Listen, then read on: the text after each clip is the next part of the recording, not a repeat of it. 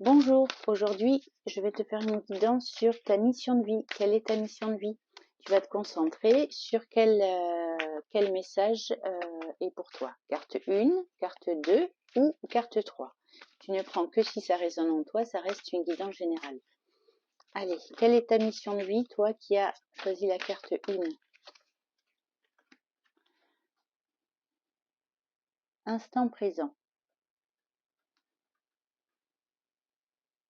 Je vais te lire son message. Une partie de toi est dans la projection de tes projets. Visualiser, c'est important. Mais cela disperse tes énergies et tu ne vis pas l'instant présent. Une partie de toi est concentrée sur le plus tard, sur la réussite est lointaine. Dans 2 ans, je pourrais faire cela. Cela perturbe ton ancrage et t'empêche d'être totalement dans l'instant présent.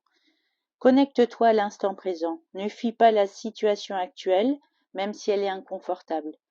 Elle est actuellement présente dans ta vie et elle est importante. Elle est importante pour que tu puisses être à l'écoute de tes besoins et de tes attentes et pour que tu puisses définir les actions à mettre en place pour réaliser tes projets. Accueille l'instant présent d'une nouvelle façon. Ancre-toi. En étant dans l'instant présent, tu vas prendre conscience d'informations importantes. Tu vas comprendre l'enseignement de tes expériences. Tu vas construire les bases pour tes projets professionnels. L'instant présent est la clé. Trouve un équilibre entre la visualisation de tes projets et de ta situation actuelle. Ne la fuis pas, vis-la. Elle est vraiment très importante. Voilà pour ce premier message. Quel est le message pour toi qui as choisi la carte 2? Si elle ne sort pas, j'irai la chercher. C'est bon. Là, voilà. Alors, toi qui as choisi la deuxième carte, tu as la carte du chaman. Je vais te lire son message.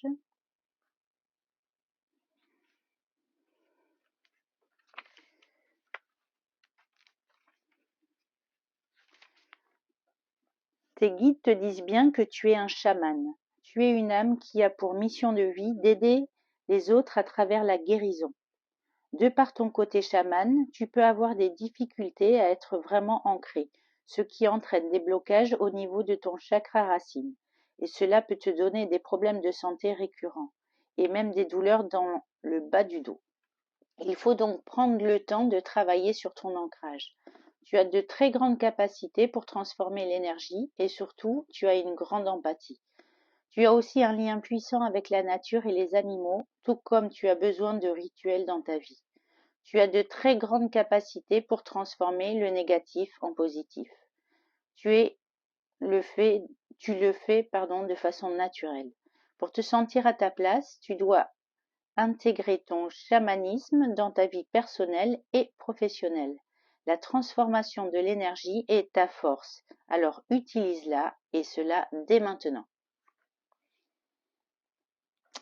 Voilà pour ce deuxième message. Toi qui as choisi la carte 3, quelle est ta mission de vie?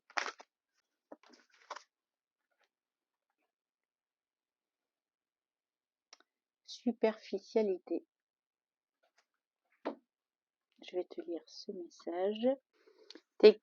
Tes guides te félicitent, car si ce n'est pas encore le cas, tu vas très rapidement trouver ta voie et tu vas aller vers une grande réussite. Mais aujourd'hui, ils te mettent en garde.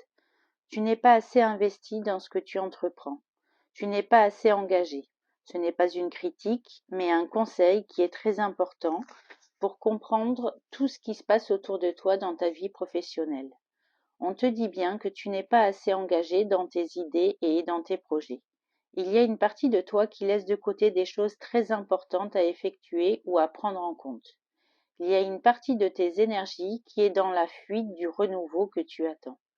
Cela donne une situation qui peut stagner ou qui peut prendre plus de retard avant de se mettre en place. Mais là, on te demande vraiment d'y mettre tout ton cœur et toute ton âme.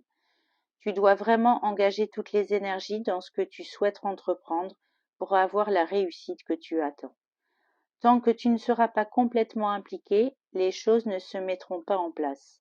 Alors ne sois plus dans la superficialité ou ne t'entoure pas de personnes superficielles.